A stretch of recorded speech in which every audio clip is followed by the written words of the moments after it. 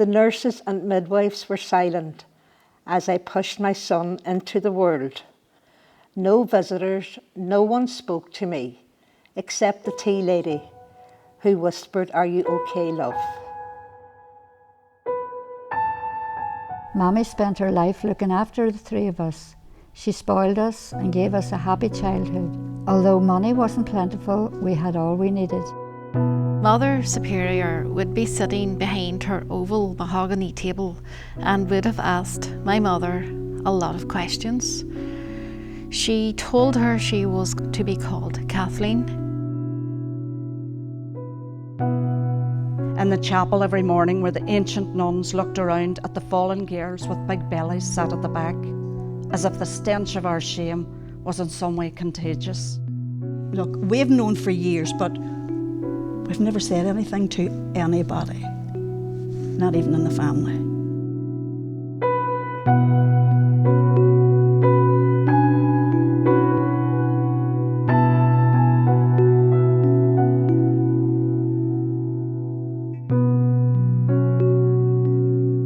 Mother and baby institutions were places where women who had got pregnant, who weren't married, they could have got pregnant from just, being out and having some fun with someone, or it could have been rape, or it could have been abuse. They were run by religious organisations, mainly the Catholic Church, but there were other organisations involved as well, and the state.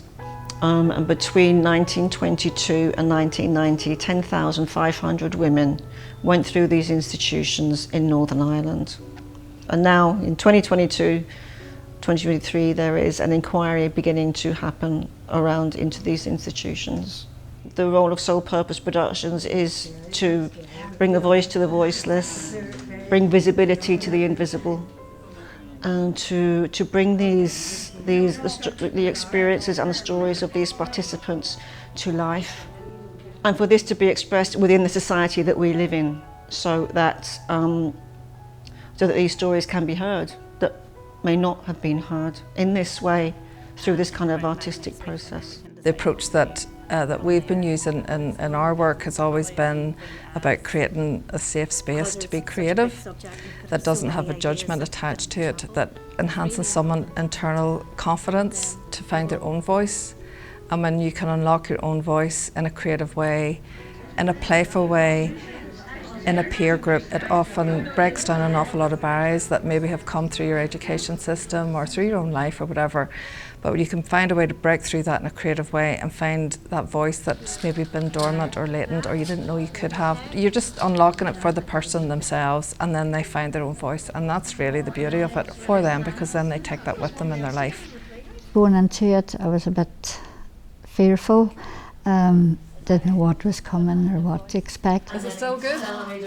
Is it? Everybody just put me at my ease, and so that I was able to come out and tell everything, It was a topic that wasn't really talked much about. There's a lot of stigma around it, and that did prove to be difficult when we were trying to recruit, and we had people ringing up asking about it, not giving their names, not coming forward. A few people came, doing information evening, didn't come back. I didn't know any of them, and I'm not good in groups. When I say I'm not good in groups, I mean to join a group. I'm not good. I'm afraid of groups. If a row broke out, I would just look. You know that there, hostess, your exits are? That's me. Where's the nearest exit? And I'm out that door. I'm gone. We knew it was going to be a challenge to get people involved in this project. We worked with Katrina Cunningham, who was a participant in the project. And Katrina was in a mother and baby home. She was also in online support groups for people who have been in these institutions. She's worked with Sole Purpose Productions before on other projects, so she's aware of the kind of work that we do. Katrina was then able to talk about the project in these other groups that she's involved in, and she could, I suppose, vouch for Sole Purpose Productions and how we work. A friend, a very close friend of mine, Katrina, she asked me one day, would I like to come to form a group for anyone who had any experiences with the mother and babies homes or institutions. I says, Katrina, is this going to be about drama and acting? Because I can't stand up and act in front of people. And she told me no, that it was open to ourselves, you know. I was apprehensive, but I thought to myself, I'll give it a go. You know, I'm not doing much at the minute, and I want to be doing something something nice, you know. So I went along in January 2022, met with Shauna and Colette, and then we got a start date. And we went there every Wednesday in the Hollywood Trust. My initial approach was that this needed to be very, the whole project needed to be based on trauma-informed approach, because these were people, whether they acknowledged it or not, that had experienced trauma through how they had been involved with Mother and Baby Institutes and how it had impacted them. So we really looked at things like safety and confidentiality, support, all those things, to try to make sure that we were really developing a safe place. Many of these people had been involved with organisations before, and their stories had been misrepresented, or they'd been involved with media organisations before, and their stories hadn't been used properly, or they'd been misrepresented, or their stories had been used without their permission. So they were very, very suspicious, very dubious, not very trusting at all. One of the other girls in the group, we were actually in primary 1 together, and we've been friends all through. She would also have been in Marianville, but at a different time than me. And this is hard to believe. We never ever discussed our times in Marianville at all until this project. And even yet, now we're still discovering other things that maybe happened, or other people that were there. And it's been really valuable to us, just for the two of us, as well as a group. When I found out about the Sunflower Project, I went for that little interview with the girls. I felt they understood how I was feeling about being adopted and about my mother and stuff. And it was, since I've been with the Sunflower Project, the group has been so lovely. Very, very nice people, and care and trust and everything about them. The trauma-informed approach is the recommended approach to take with anybody in any type of support where people have experienced trauma, and it's really making sure that people feel safe and empowered, I suppose, to explore maybe not so much the trauma, but how that's impacting on their life at the minute. Before I went to the Sunflower Project, I had started to, in very recent years, connect with other groups who would have been affected by Mother and Baby Institutions. The difference for me with the Sunflowers was that this was through art. There was no pressure. Nobody had to tell their story as such if they didn't want to. People talked if they wanted to.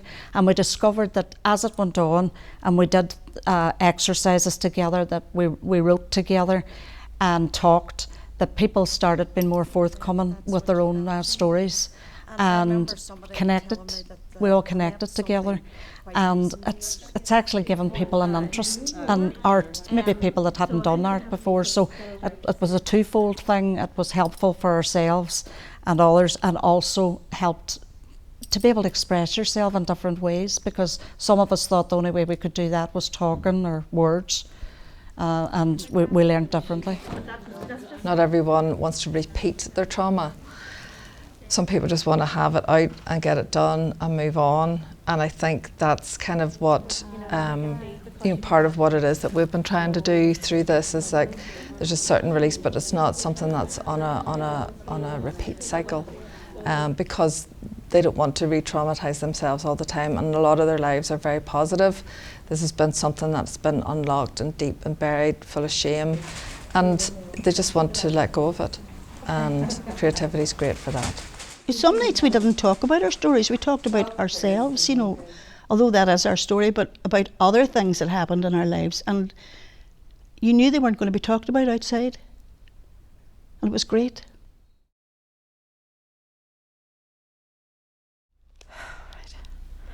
My mother's story. My mother was called Mary Kathleen. She was 19, young, living her life and having fun. One day, while she was out with her friends, a car pulled up and told her to get in. She was taken to the police station. She was told that she was going to be taken to Maireann Mother and Baby Home in Newry. She was 6 months pregnant. When I wrote my monologue, I was feeling quite emotional, I suppose, with my mother's life, how she was, how she would have felt, how she was treated in the Mother and Baby Home. I was 9 months when I left there with my mother. My mother and me left the same day, and she went to work in the laundry, and I was fostered to Drapistown. When the time came for me to be fostered, my mother was asked to get me ready to take me to the black car where 3 other babies were going as well. The mothers had to watch as the car drove off with their babies in them. Before I made contact with the Sunflower Project, I knew that I was adopted, but like I was always interested in my mother's life. I just wanted to find more information about her and just write as much as I could about her. There are ways of coping with the things that have happened that aren't just traditional ways like therapy, or group supports, traditional group type talking therapy. Writing really struck a chord with a lot of them. They seemed to really enjoy writing. And some nights we did a bit of writing in the session, or they'd go off home and they'd come in the next day or the next week and say, oh, I wrote another piece, or I wrote a poem, or, and it was astonishing. This is people that came from saying, I've never done anything like this before, to all of a sudden they were really enjoying and putting all this down. My daughter introduced me to the Sunflower Project. Having had Paul, my son, in 1967, I've never talked about it, I talked with my daughter when she was older, but Deborah talked me into coming. I didn't really want to come. Mommy spent her life looking after the 3 of us. She spoiled us and gave us a happy childhood. Although money wasn't plentiful, we had all we needed. She often took us to the Midland Cinema, which was a great treat. Mother was a movie buff, which rubbed off on us. I was always into writing, I always loved writing anyway, so that was okay with me. The first play and the presentation, I had written a little play about my mother leaving me to the train station, the priest, to go to Belfast, and I thought it sort of made my mother out look cruel, sent me away, but she didn't, and I wanted my mammy to express my love for her and her love for me too, You've got this group of people, they all have a life story, and so it's not, we can't capture the whole life story. So after the initial kind of warm-up session weeks, the idea was that we would pick specific moments in time and kind of focus in on those, that they could then develop creatively into monologues or poetry or discussions, points or whatever. So we just presented ideas, suggestions, possibilities, and then they made the decisions. The beginning for Kevin and us, learning about his early life, began when Kevin was diagnosed with an unusual form of bowel cancer. It was suggested by his doctors that there could be a genetic link. We wanted to find out. Kevin's concerns were for his 3 beautiful children and if it might impact their lives. He wanted to find out, but didn't have any medical history or information. He'd been adopted at an early age, and all that transferred with him was his good looks and talent. He would want me to say that. So I went to Shauna and said, look, you know about my dyslexia, and I'm not very good at writing either. She says, what's your thoughts, Carmel? I said, my thoughts about now? She says, no, your thoughts about you and Kevin. How did you go about finding out he was adopted, and why? Tell me that story. So that's what I wrote. I wrote about Kevin coming home one day and saying to me, I got myself a social worker, and would you like to write? We've found the lady. Would you like to write to her? Yes. And he wrote her a letter. And the first letter that came back was, if you contact me again, I will throw myself in the lake. I do not know you. He tried again. And this time when he tried, he said, like, even her family, her brothers and sisters, if she had any, if I have aunts or uncles, would they even talk to me? So that's what I wrote about. Okay, I wrote about meeting the aunts and uncles, being promised the sun, the moon and the stars, and nothing happening. You could really just see them coming out of themselves and the confidence growing, and the fact that at the beginning in the first session they were so worried about, you know, I'm worried about my confidentiality, I'm worried about my privacy, I'm worried about who's in the group and who's not in the group. And then by the end of that 10 weeks they were so confident that they were on a stage to an invited audience, you know, reading their pieces or performing pieces, using their full names, not worrying about confidentiality, not worrying about being judged, not worrying about stigma. And I suppose for me, no evaluation would show that, you know, no questionnaire is going to show that. And I think that's, you know, when you talk about the impact of a creative approach to this, that kind of highlights it. These are things that it's really hard to measure unless you see it with your own eyes.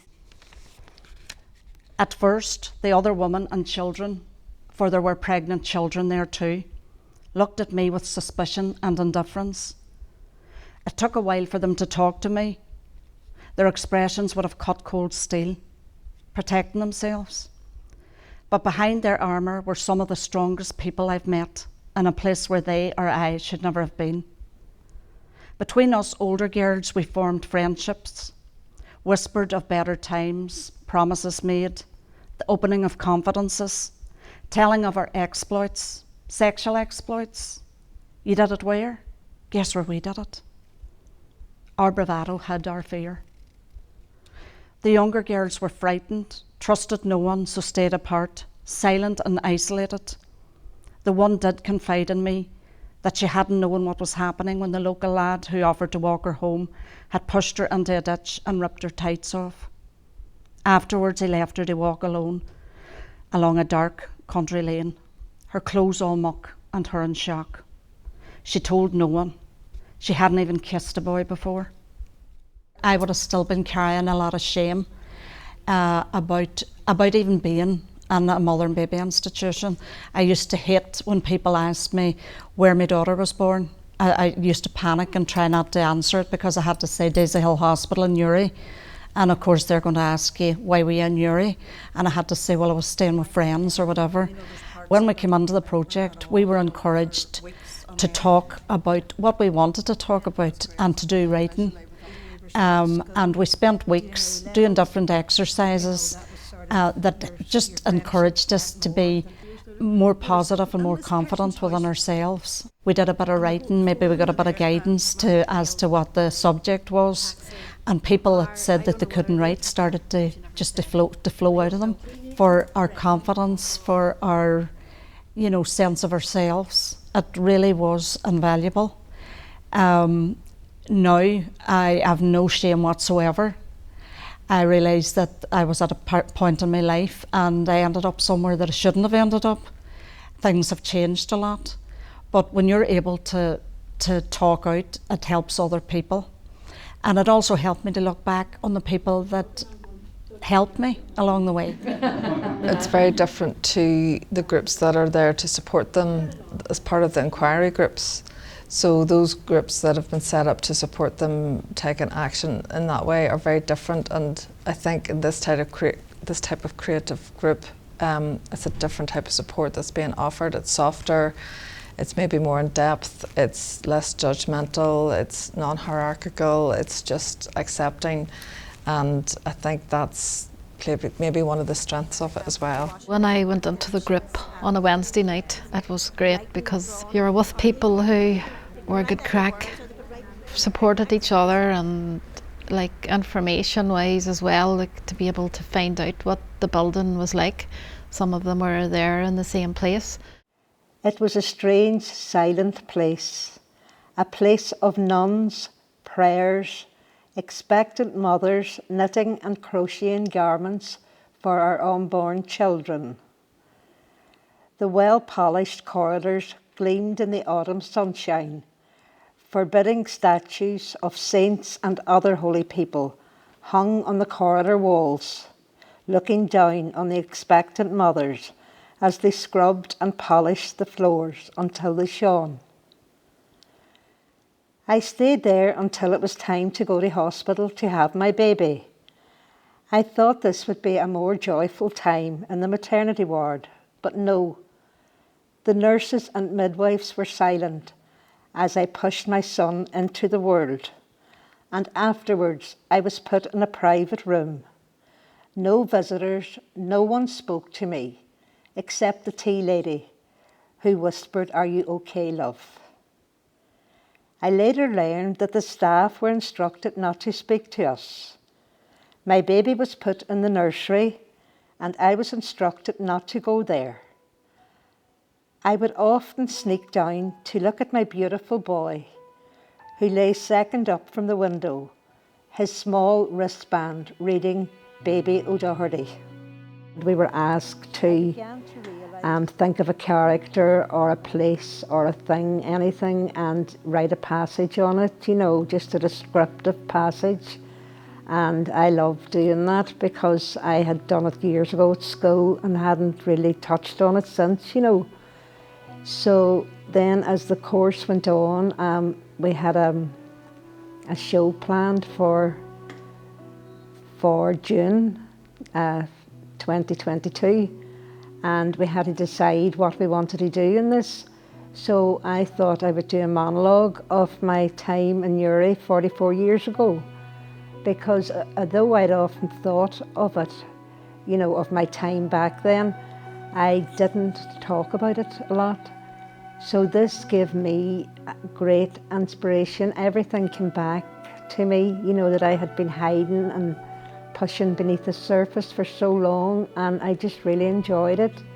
I just thought, well, this is what I've been wanting to talk about for years. People's attitude then changed towards you, you know, like church-going people, and they were still very nice, but they were hemming and hawing, and they didn't really ask how your baby was. When something needs to find expression, when you put it in a positive way through creativity, it often, you know, it's you get double whammy there. So you're finding an expression and you're getting that, I suppose, that positive release. So it's both things are good, you know. It's a process, it's a whole process, and it has been good for this group. We performed our monologues and our plays in the playhouse in front of family and friends, and we got a great response from everyone. They just really enjoyed it, and I was so nervous at the start, but once I got on stage I found I relaxed and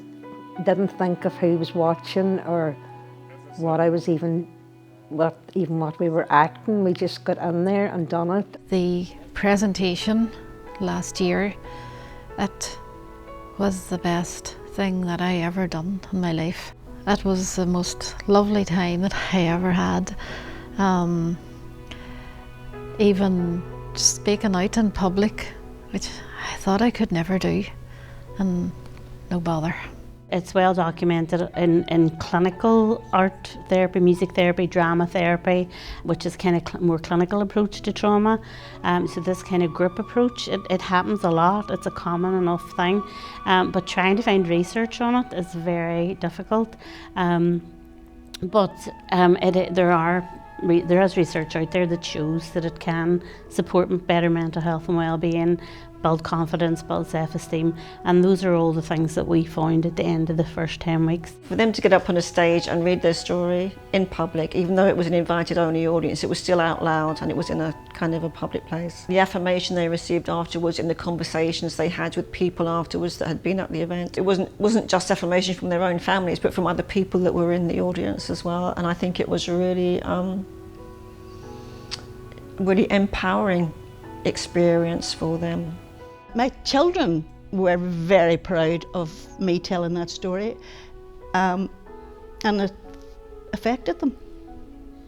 They never thought they only ever heard the stories that Kevin fabricated in his head, you know.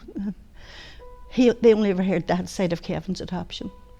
They didn't hear about being rejected, and that was Cormac's first time hearing about his Ellie being rejected. Oh, it was just amazing. And everybody there, I think, really loved it and enjoyed it and got the meaning of it, you know, everything. And we all had different stories, but we were able to relate to each other. I can now talk about Paul. I used to say I had one daughter, now I can say I have a son and a daughter. To everybody, I'm not ashamed. I was ashamed for years, but you get through.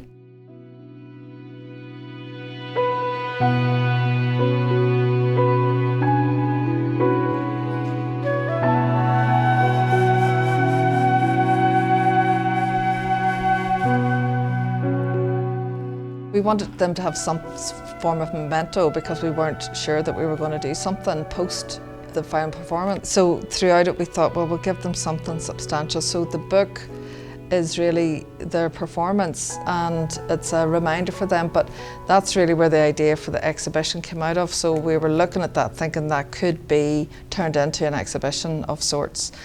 And the artist who helped compile that book, Brónagh, then ended up being the facilitator for the exhibition. But don't be scared, because I've got coloured pens and canvases and papers, so don't be scared and think that it has to be a big piece of art, because it's not. This is just the start of the process, and it's really just getting us used to the idea that this is it's actually art. It's an art project that we're working on, and it's also just really starting to try and sort of pull out some of your ideas, because I know you have all got loads of ideas, and there's no way that we're going to be able to take all of those ideas and into the one exhibition. So we have to sort of try and maybe define and filter it out and sort of really come up with what it is that you want to say and how you're going to say that. There is a therapeutic value to being involved in art in any form. And there's lots of research, there's lots of evidence out there that shows the benefits of actually engaging in the process of creating and of making and of being involved in art. Through my own past experience, I have been the artist in resident in the Western Trust, so that would have involved me working with patients, would have been working with staff, would have been working with changing the environment. So whilst I'm not a therapist, everything that I was working through them was bringing out their own creativity, and there is a therapeutic element to that. So because we're the Sunflower Project, I thought we could use this wee tool, a wee sunflower here, okay? So in each of their petals, you could maybe just sort of, I'll give you some plain sheets first, so you can just write and brainstorm ideas. And then when you translate it onto the petals, you could write maybe one word. Well, I think one of the main things about engaging in this type of work is so many people have been told that they're not creative. They've been told at school that they're no good at art, and that has shut them down to that creative process, where they actually being involved in the creative process is a really important way to be able to process things in your life and process things that's happened, and also give you a sense of joy and get you a sense of being a creator. I've done the side, this is about, before the pregnancy, that my life was carefree, there was a lot of love around, and friends were everything to me. The punk bands, the bands in town. Then suspecting I was pregnant and taking a pregnancy test then was two very close friends. And I wouldn't look, but it was actually Katrina. I made her look. I says, I can't look, so I sat with my fingers in my ears, and she came into the sitting room in her house, and she said, yes, it's positive. I said, you're lying, and stop lying to me. And then we were kind of laughing, but it wasn't funny, So. When we came back for the second set of 10 weeks, we found that the group were a very different group than we had encountered in the first 10 weeks. We didn't have to spend time building trust or working on their confidence or their relationships with each other, and because that was all already there.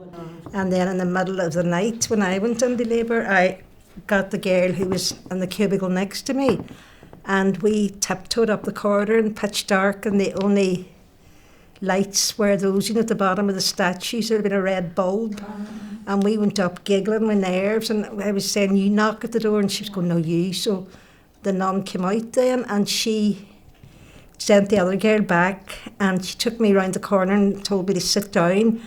She opened these big doors, to let the ambulance men in, and she went back into her bed. So, it's just really brought out things that I had hidden, for the shame of, all those years ago. I wasn't ashamed, but other people were ashamed, and you got that feeling when they spoke to you, So I just kind of buried everything, and it brought back sad feelings, happy feelings, but it was extremely good to get them out, for me. And then I'd think about them then when I went home and think, God, you nearly forgot. You didn't really remember that until Brónagh had, made a search, kind of soul search about it. In his 40s, now Kevin had only once ever thought about finding his birth mother, but was told no. He was asked, did he want to kill their mother? So he stopped. But things happened and he had to go looking. Not a good find. The only day that I knew Kevin to be anyway down or sad was on his birthday. He would say, about 5 to 12 on the actual day of his birthday, he would say, do you think, did she think about me today? And I used to say, oh, Kevin, I hope so. Kevin used to make great stories up, and he'd say, a highwayman brought me up the Buncrana Road, wrapped in a leather cloak, and the sparks was flying out of the horse's hoofs, and I would go, how do you know she were only a wean? And he would say, shut the fuck up, this is my story. That part of the adoption, when I look back on it, hurt. Yeah. And not having the ability, I didn't know how to make it right, because I was never involved in, there was never anybody in our family adopted. So I couldn't say, well, you can go to this social worker, you can go to that agency, or there's people out there, Kevin. I just didn't know how to cope with it. Kevin died, our life changed. Me and the Waynes.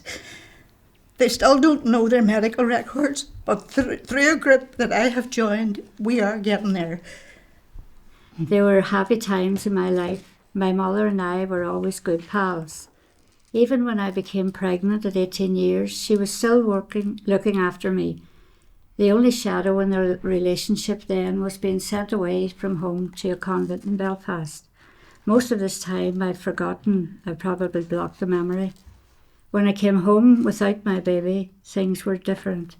My baby boy, Paul, was adopted, but this was never talked about. My mother and I still had a good rapport, but I had a lot going on in my head. Years passed. I still think of Paul every day and hope to get in touch with him. My life goes on with a beautiful husband and family. Whatever the future holds, I'll cope with it. I'm happy and content, and that's all anyone needs. It has made me so strong, so able to express myself more. I can talk about anything, and I'm not, as I say, I'm not ashamed, and I know I shouldn't have been all those years, but you do, And in 67, I mean, times were different, and just, and my mother was a religious woman, and first thing she thought, going to the priest, and that'll sort you out. It's a shame. I felt shame for years, and it's only since I started coming to our group and all, it's great, what I can talk about Paul, and I always just, I've told you before, said I had one daughter, never mentioned Paul, but now I don't feel ashamed at all. I'm able to. The Sunflower Project has made me more determined. I've had that in the back of my mind always to find Paul. I've always looked at when he would have been 3, 4 child, I always looked at children and think, I wonder would he be like that, and hoping he has had, if he was adopted, had good parents to bring him up. And over the years, and even now I look at men around that age and say, think, Is he like that? I've written it in the middle, the baby and the rosary beads. I still have this. I actually was dreaming about rosary beads one night, I swear to God, big wooden rosary beads and pink ones. There's a message. Rosary beads were very important for me because they were the things that I spoke about at my monologue that were given to me as I left the convent. And I always had this feeling that although I got my child back, that you were swapping. You got rosary beads for giving your baby away, or your baby being taken. I mean, I didn't even know that I'd kept those until I raided my attic and found those rosary beads along with letters that had been sent to me when I was in Marianville. There they are. Oh, they're worth a fortune. They're worth Do you see if I let some of my friends read the letters that other friends, it'll be a while fallout. No, I got reading my ones right now. She could read hers, you know. I had forgotten how important letters were at that time, because you know that you didn't get phone calls. Every house didn't have a phone and things like that. It's also important for the address because Marianville isn't there anymore. Their experiences, their life stories, there's a lot of trauma in there. But through the sessions, there was always a lot of humour as well. To be able to come into a group that understands you and knows what you've been through and be able to laugh and have fun with that group as well was also a very important aspect of the whole project. So tell her, Ellen. I didn't think it was very good at all. I just Oh, wait, and bite I just me threw eye. it together. And this is where you'd have been brought in, Yes. thinking you were coming to a beautiful place, and then you would have turned a corner and the shit hit the fan then. I have returned to Marianville. Why is everybody laughing here? This is not fair. Quite a few times. I've taken half of it back with me. It was quite a brilliant building to walk through. I walked through every room in there, explored, me and a friend explored everywhere in there. It was quite scary to go upstairs with no banisters. It was really, really good, but to see the life the nuns had. This building here was the one where my mother lived for 1 year of her life. That building. She would have cleaned the windows, scrubbed the floors. She would have knit, looked after the babies, and they had little dormitory rooms with little curtains on. She told me about that. She told me everything she knew, and she would have said it was a very lonely place. I would have imagined it would have been on a cold, dark evening. It would have been very lonely, with no family, no support. Her mother, she didn't have her mother. This wallpaper was on the nuns' convent, the first floor, up the 3 steps. There was 3 steps leading up to it, and that was on the wall. So I tore off the piece of paper, and my friend said, "What are you doing?" I said, "I just want one." And she says, I don't know what she thought of me, but I took it anyway. I didn't care what she thought. Oh, look at these. My son got me the wee model bricks. Oh, fantastic. And I have the original tile from the convent floor, and I hope to have it ready in time to present it. We were worried about how they might be impacted and being afraid of triggering them, you know, if they're telling stories. Again, coming from a trauma-informed approach, you need to try to avoid all of that. So we contracted a counsellor to come and be available for the group for the first 10 weeks. And the counsellor was rarely used. And when we asked them about that, they felt that they had sufficient support, like peer support in the group, that was enough for them just to support each other. which was really good to hear. And I suppose in a way they felt that they had this mutual understanding of what they'd all went through that maybe the counsellor didn't. They all have so much to say, but it's too big a subject to be able to put everything into one piece of art. For this particular one, we concentrated on bringing it down to a sort of a bare shell of what it is that of maybe some memory, smell or a sight or something that they hadn't actually even thought about before. There's a whole mixture of emotions in all of it. There's joy and fear and shame and the whole gamut. And so trying to identify those moments and then put them down on a page in some sort of image. That's where that sprung, that's where the exhibition has sprung from, those moments. And I think it took a while for that to kind of sink in with the group, because they would be used to, if they had engaged in other types of groups around this, they were used to just telling their story, or if they've previously got support somewhere else, it was all about just recounting their story over and over again.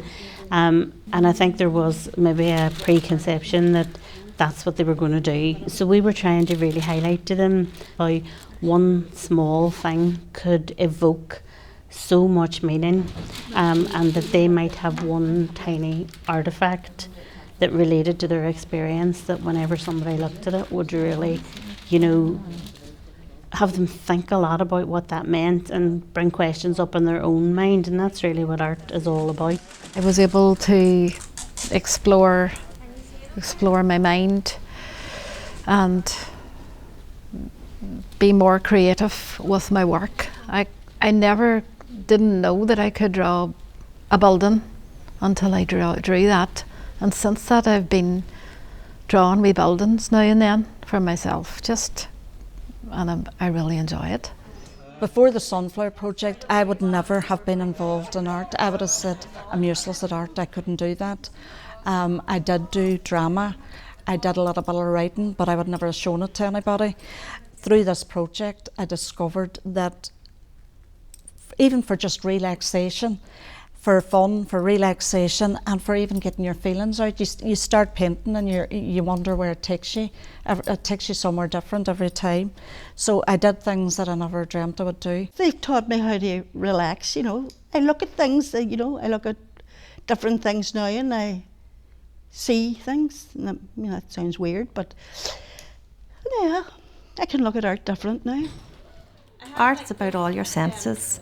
It's about seeing, it's about the smells, it's about the memory, it's about feeling. So to be able to hold something in your hand, like the stones that you've been carrying along with you and in all these years, and to be able to write on them, it's taking control of those stones and being able to put, maybe it's not just about negative experiences but also the positive, because this is a very positive process. She told us to pick 2 stones and on one to write what we felt when we came in, and the second one what we felt like when, now at this stage.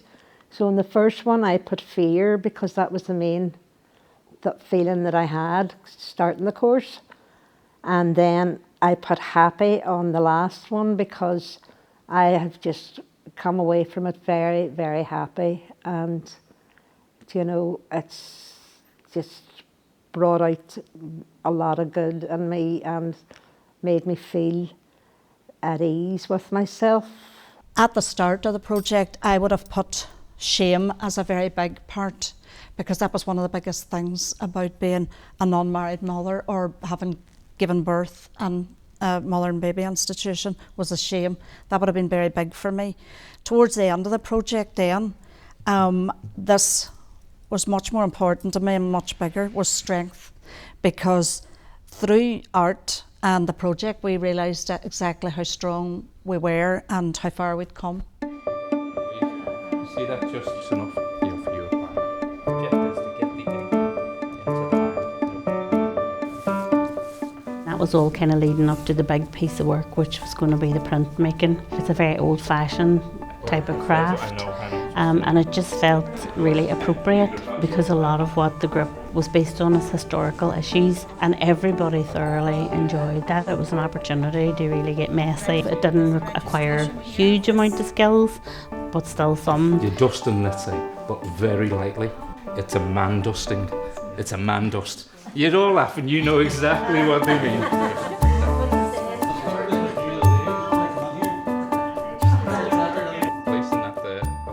We were all amazed that 1 week we hadn't heard of printmaking, and 3 or 4 weeks later, here everybody was making prints. Can you lift it up? And there you go. That's gorgeous. I did this one because it reminded me of when I went into labour in the middle of the night. My friend in the next cubicle came in. She heard me fussling about and up and down, walking about, and I said, I'm in labour, I'll have to go up and knock on the nun's door. And the corridor was dark and it was just dimly lit by, there were statues with lights round their feet, you know, and that was the only light we saw. That is the image that stayed with me, yes. You know, it was a very important time to me, but it wasn't normal. You know, it wasn't like you would expect when you're going in to have your child, but I've never forgotten it, you know, and I've never forgotten the friend who came with me.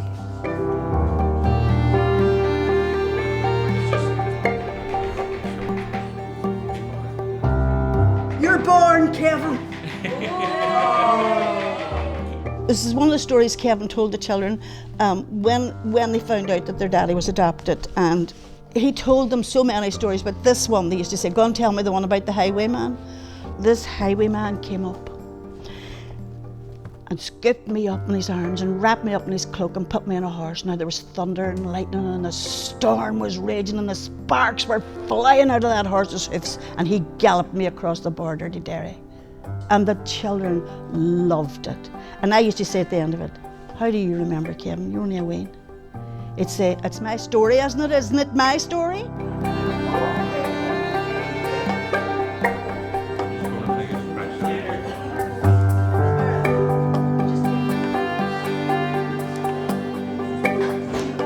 I learned so much going to the printers.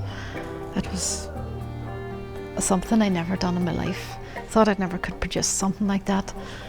It was just the way I remember the building. This would be the nuns' convent, and this would be the chapel. The chapel was here. I have all the basic windows on there. That's just the way the building looked.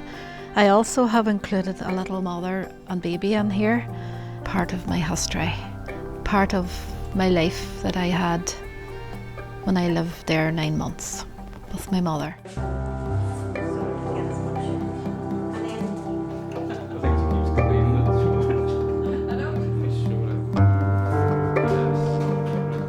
This is an adult hand and a little child, and the rosary beads are entwined around the both.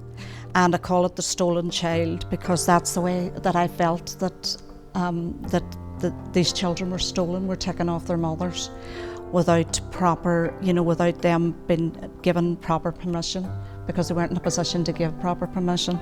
So that's very powerful, a very powerful image for me. I'm an artist. You're an artist. That is beautiful. We did this printout of mother and baby, which reflects to Paul and myself. You know, so I mean, I knew him for the first 3 weeks of his life, and you just get to love someone, you know, so much. We had looked at different photos of mother and baby, but I just thought that was beautiful. And to me, it's special. It's something special and something I did myself.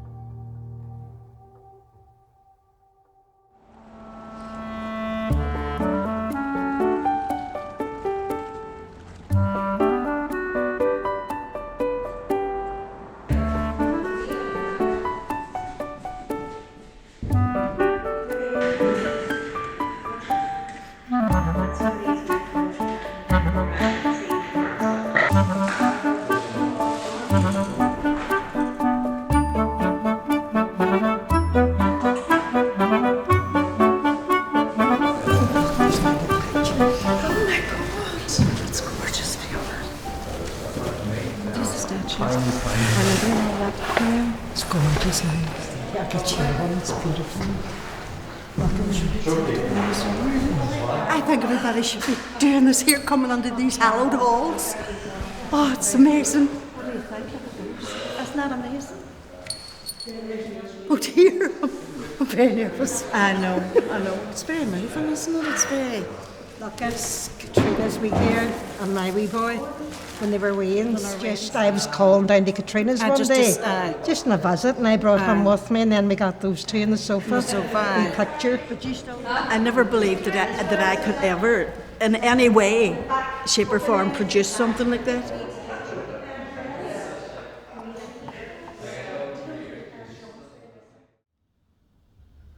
I see them and hear them in the natural jobs to do, scrubbing floors, cleaning windows, keeping down to doing laundry. My mother was especially, she was always smiling. I was travelling to... That's what our heads were like until this group sorted us. That's right. We were all garbled like that.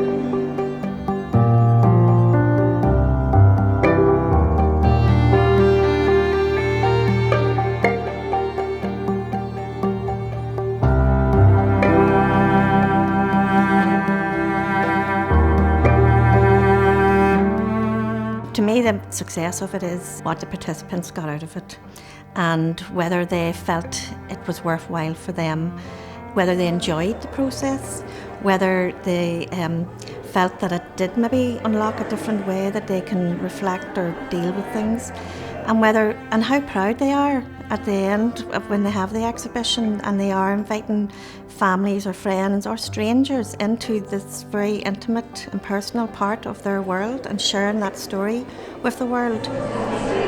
They've got an exhibition of their pieces of art and their life stories in a very public place, and people who were frightened, and I think shame was the biggest emotion or the biggest barrier in their lives, and misunderstanding of themselves. So to be able to sort of showcase that, work through that, have something positive to say about it, I think for them that's the success, and for us it's just knowing that they were able to do that. These women are so brave, and they spoke so confidently and so powerfully, and it's accredited in this exhibition. I think we have moved on a wee bit, but there is still definitely work to be done. But this is going a huge way in impacting and telling their stories, and for other people to hear them. I think their voices have been raised, or their voices are going to be heard, and they're not going to be sitting back anymore. I feel grateful that I've been allowed to hear the stories, and they found a space to be able to externalise and verbalise the stories, which I think is so important to communicate them and tell them out there. I think it's a shared pain, which is interesting because I haven't experienced that, but you still feel that pain. So touching and important. And this exhibition, just to walk in the way it's laid out, is so strong. And actually, probably one of the most powerful exhibitions that I've come to be quite honest. You know, the human story behind it is just amazing. So a privilege. Every single item that is placed and how purposefully it's placed is just stunning. I'm blown away by the project and wish them every success in going forward, and I cannot wait to see what they uncover next and who they pull forward, who they inspire to shed off that shame, because it's just they're phenomenal women. When we went in, we didn't know. It could have ended in week 1, it could have ended in week 2. We had no real idea if they were going to stick with it. I think as they grew in confidence, realising that they were creative, that they had unlocked something within themselves that was creative, that they had a skill set, that they could tell their story, that their voice was being heard, that it was unique to them, and that they knew that they were safe with myself and Colette, they just tore on. I was so delighted the way that turned out. At the start, you never thought anything was going to come so well together. I am at peace in myself now, and the thing that I would like to see is other people who are sitting with a heavy heart and not being able to speak about their experiences, if it helps them to come out even to anyone and be able to talk about their experiences, good or bad or both. My fear has completely gone. It's like, and what's going to happen next? My emotions are settled.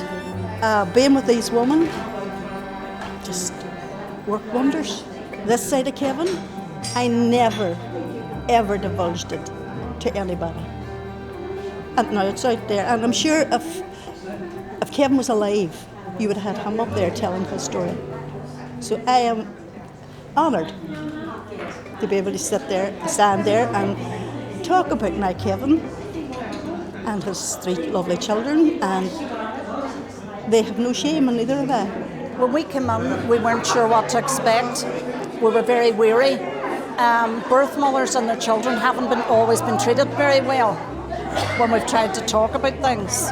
There was people coming in with fear and shame, very much shame that you're even on a mother baby home and everything else. There's none of that now. We're just very open about everything, and we want to encourage other people in our position to come forward and be open as well. So it was brilliant. It was really a great experience for us, and we've made friends for life as well. I couldn't eat yesterday. The nerves was killing me. I thought I wasn't going to be able to make it here today. I did. It's been lovely to see all my work. I still like to investigate more stories and more things about the past, but okay, there's nothing wrong with that. I wanted a piece of my history. That was where my mother was, I was, Mass, nuns, and transfixed by there. I go back every so often. I'm able to speak out now, which I never was fit to do in my life. Never could have done that. Now I can. I feel lovely and contented that everything, went off well tonight. I'm happy and contented that I can talk to the world and tell everybody that I've had a baby boy, and which for 50 odd years I never spoke about it, just felt shame. Even I was out of town or that, I seen a fella at Paul's age, whatever age, over the years. I'd always say, I wonder does he look like that, or, what he looks like, and always wondering did he hopefully had a happy childhood and upbringing. He was with a nice family, and hopefully one day I'll meet him.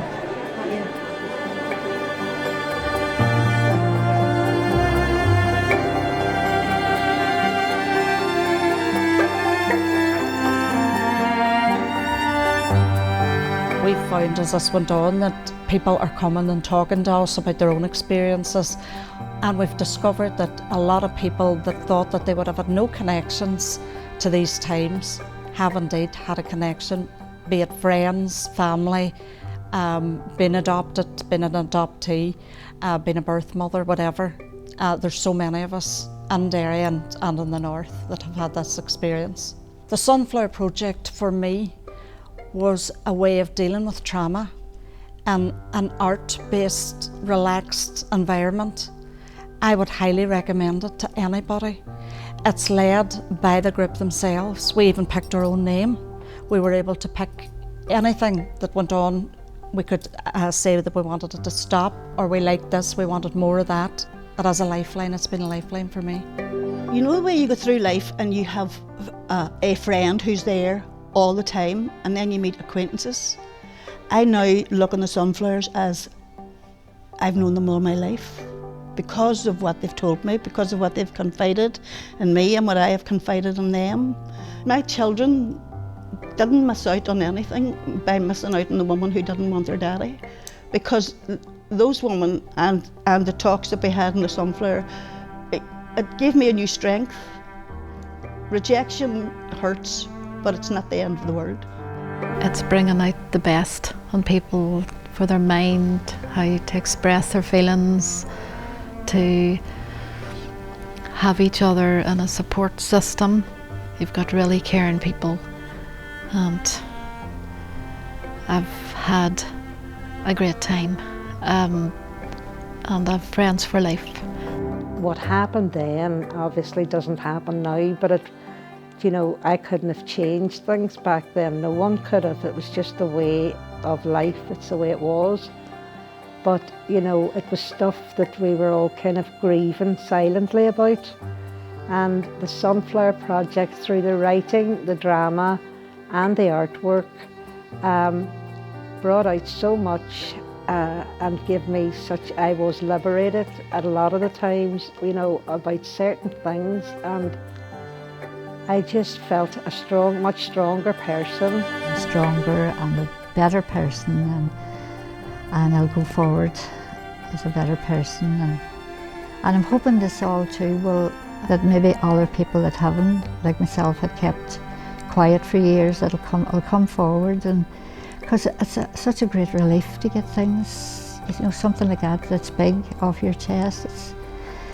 It's amazing how it just relieves you. It's just a relief of Derry.